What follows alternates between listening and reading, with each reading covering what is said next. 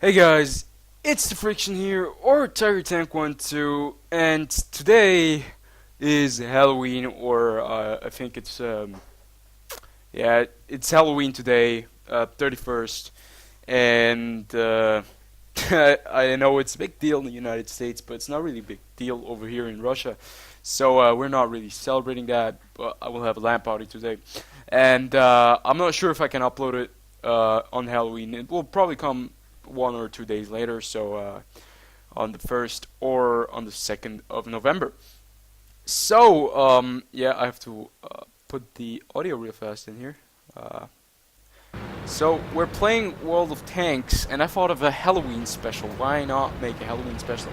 And what's not scarier than a bad team in World of Tanks? I don't know any scarier thing in my life than getting into a bad team in World of Tanks and losing because of stupid decisions. So I've got some gameplay for you guys with some teams that are very special, and I hope you'll enjoy.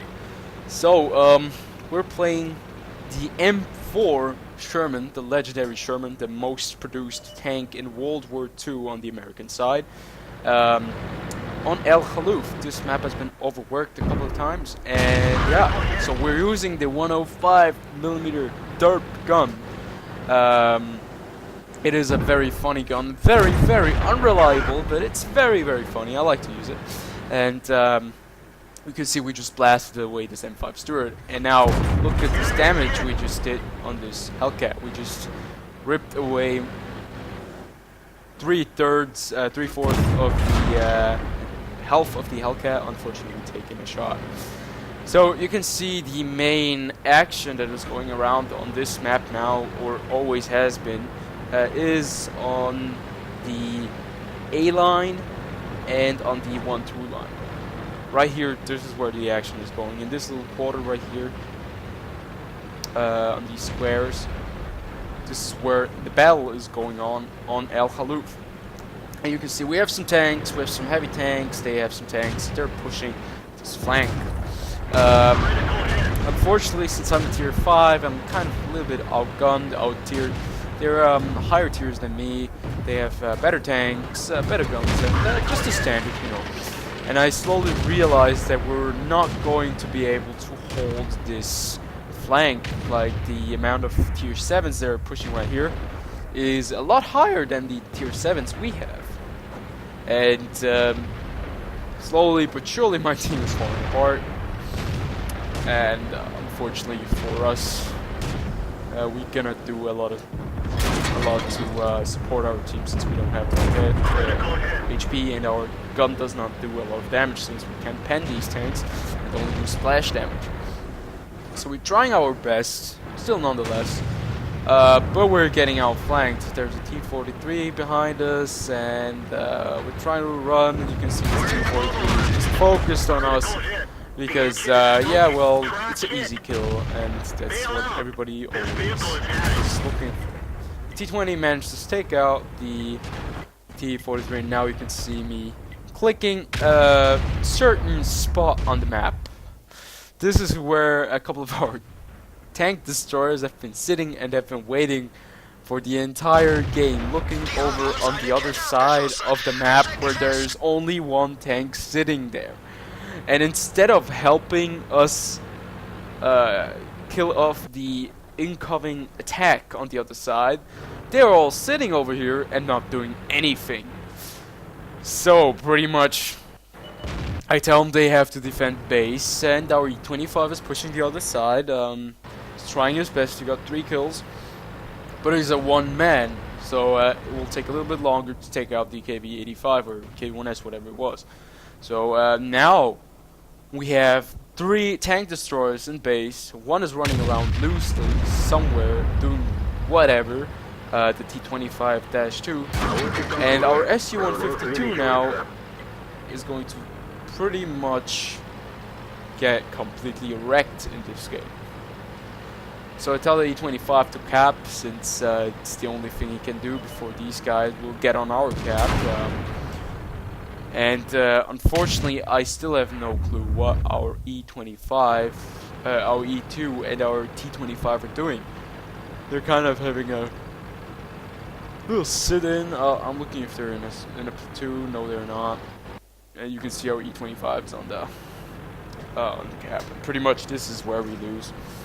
Our E2 and our T25. I have no clue what the T25 was doing. He was running around, and well, this was horrible team number 1. So obviously we lost this one. Let's go over to horrible team number 2. Let's speed this up. They outcap us, and unfortunately, yeah, we lose that. So this is the scary team number 2. This loss. Well, it's a tier 10 match. It's the highest tier, and if you lose in here, it's gonna cost you a lot of cash, and that's horror already enough. And well, this is going to be a very, very frustrating game, and not because of XVM, but because of some particular things that are going to go down during this match. We're playing the E3, a very well armored tank destroyer of the American tank tree. It's pretty much the best armored tank in the game, I think. The lower plate is very good, so even penning the lower plate or shooting the lower plate does not guarantee you a 100% pen. And yeah, we're playing on fjords, and it's mainly tier 10 match. You can already see bad omens appear before we even get into position.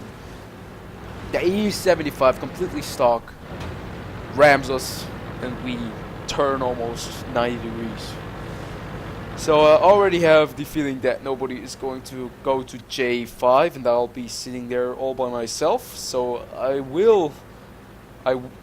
am going to ping a lot and ask for help, but that does not change a thing in this game.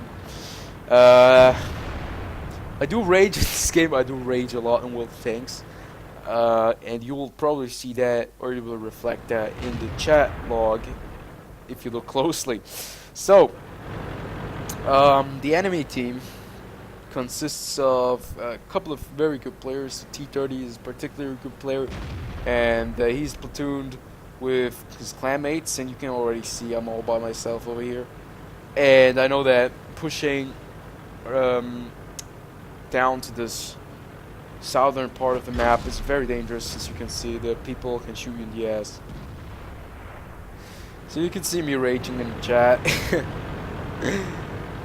And I have to say it was completely justified.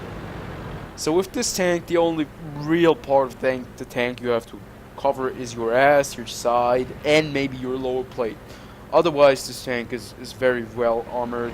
There are some spots you can still pen up front, but that is if you're using a lot of a high caliber gun which shoots heat rounds.